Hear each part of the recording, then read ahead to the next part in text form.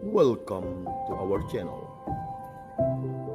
Selamat pagi, Bapak Ibu Saudara-saudari yang terkasih.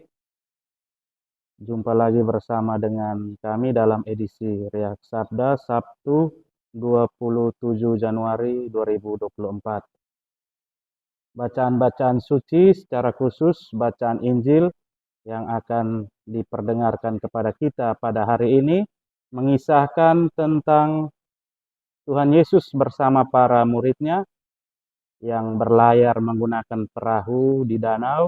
Dan ketika mereka diterpa gelombang badai, Tuhan Yesus dengan kuasanya menghardik badai itu dan laut pun menjadi reda. Jadi sewaktu badai itu mulai datang dan dikatakan bahwa perahu dari Tuhan Yesus dan para murid mulai banjir dan terisi dengan air, mungkin saya rasa apa yang dirasakan oleh para murid pada waktu itu kepanikan mereka, ketakutan mereka, kekhawatiran mereka, juga mungkin ada perasaan jengkel mereka terhadap Tuhan Yesus yang mereka anggap masa bodoh atau diam saja, tidak peduli kalau perahu mereka sebentar lagi akan hancur dan bisa tenggelam. Kemungkinan saya katakan bisa jadi 99% akan menjadi sikap dan perasaan yang sama juga untuk kita semua. Maka dari itu pada pagi hari ini kita mencoba melihat setidaknya ada 3 hal pokok yang disampaikan kepada kita semua yang akan menjadi arah dan dasar permenungan kita pada hari ini. Yang pertama, badai pasti akan selalu ada. Jadi badai itu akan selalu ada sewaktu kita memutuskan untuk melakukan perjalanan di tengah luasnya lautan kehidupan kita ini. Entah itu di tengah kehidupan keluarga, dalam kehidupan bermasyarakat, atau juga sebagai umat beriman dalam komunitas gereja, setiap kita masing-masing punya saat untuk bisa bertemu dengan badai. Jadi badai ini merepresentasikan berbagai macam persoalan di dalam hidup kita. Mungkin itu bisa berupa penderitaan, bisa berupa tantangan, kegagalan, duka cita, dan lain sebagainya. Nah, sikap tenang kita di tengah badai ini bukan berarti kita melarikan diri dari kenyataan itu, Bapak Ibu Saudara-saudari. Melainkan siap menghadapi kenyataan bahwa betul ada kesulitan di sana dan sini.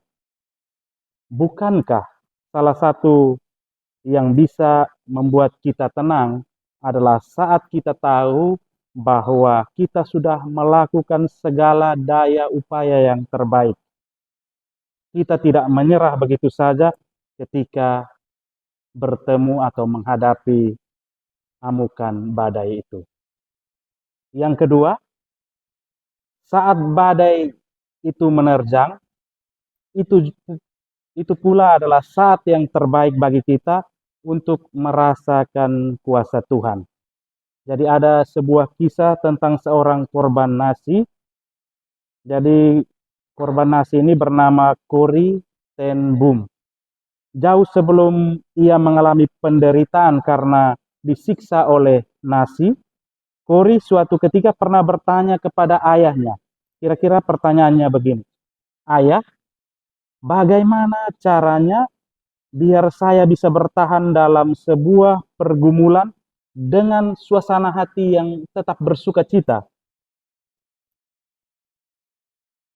Ayahnya kemudian menjawab dengan memberikan gambaran seperti ini. "Anakku, kalau aku menyuruhmu pergi ke sebuah toko, aku tidak akan memberikan uang belanjanya sewaktu engkau masih sedang bermain. Aku akan memberikan uang itu saat engkau benar-benar siap untuk pergi ke toko itu. Dan inilah rupanya yang mungkin menjadi alasan bagi si Kori sehingga dia bisa bertahan dalam badai siksaan tentara Nazi waktu ia ditangkap dan disiksa. Karena Kori tahu bahwa Tuhan memberikannya kekuatan, modal untuknya agar ia tetap bertahan dan memperjuangkan kehidupannya. Kita akan tenang dalam menghadapi badai itu, Bapak Ibu Saudara-saudari, kalau kita tahu bahwa meskipun kita tengah melewati badai, Tuhan selalu dan senantiasa ada dan menyertai kita, serta memberikan kepada kita kekuatan yang cukup untuk bisa melewati dan menjinakkan setiap badai yang Tuhan sendiri izinkan terjadi di dalam kehidupan kita masing-masing. Dan yang terakhir, yang ketiga, badai itu pasti berlalu. Muncul pertanyaan mendasar bagi kita semua adalah bagaimana kondisi kita atau di mana posisi kita setelah badai itu berlalu. Dikisahkan dalam bacaan Injil dari Injil Markus pada pagi hari ini bahwa setelah mengalami peristiwa itu, para murid kemudian menjadi semakin yakin dan menyadari penuh bahwa Tuhan Yesus itu sungguh berkuasa. Mari kita belajar juga dari seekor burung Raja Wali. Berdasarkan penelitian, burung Raja Wali itu tahu kapan waktunya badai akan muncul atau badai akan datang. Sehingga burung Raja Wali akan mempersiapkan dirinya dan dengan terbang pada ketinggian tertentu dan siap menunggu badai itu datang. Ketika badai itu datang, Raja Wali akan mengembangkan sayapnya sehingga angin badai yang datang menyerbu dirinya itu justru akan mengangkat dia melayang tinggi. Sehingga burung Raja Wali itu terbang jauh di atas, melampaui badai itu dan melewati badai yang sedang terjadi pada waktu itu. Waktu badai mengamuk, Raja Wali justru memanfaatkan dahsyatnya badai itu untuk mengangkat dia ke tempat yang lebih tinggi dan membuat dia bisa melewati badai sedahsyat apapun. Ibu bapak saudara-saudari yang terkasih, bila berada di tengah badai hidup, yakinlah bahwa bersama dengan Tuhan kita pasti bisa melewati badai itu dan menapaki tingkat kehidupan yang baru, yang lebih tinggi lagi, yang lebih dekat serta jauh lebih mengenal kuasa kasih Tuhan. Bagaimana cara Tuhan berkarya dan menyertai kita di dalam perjalanan hidup kita masing-masing. Semoga Tuhan Yesus memberkati kita. Amin.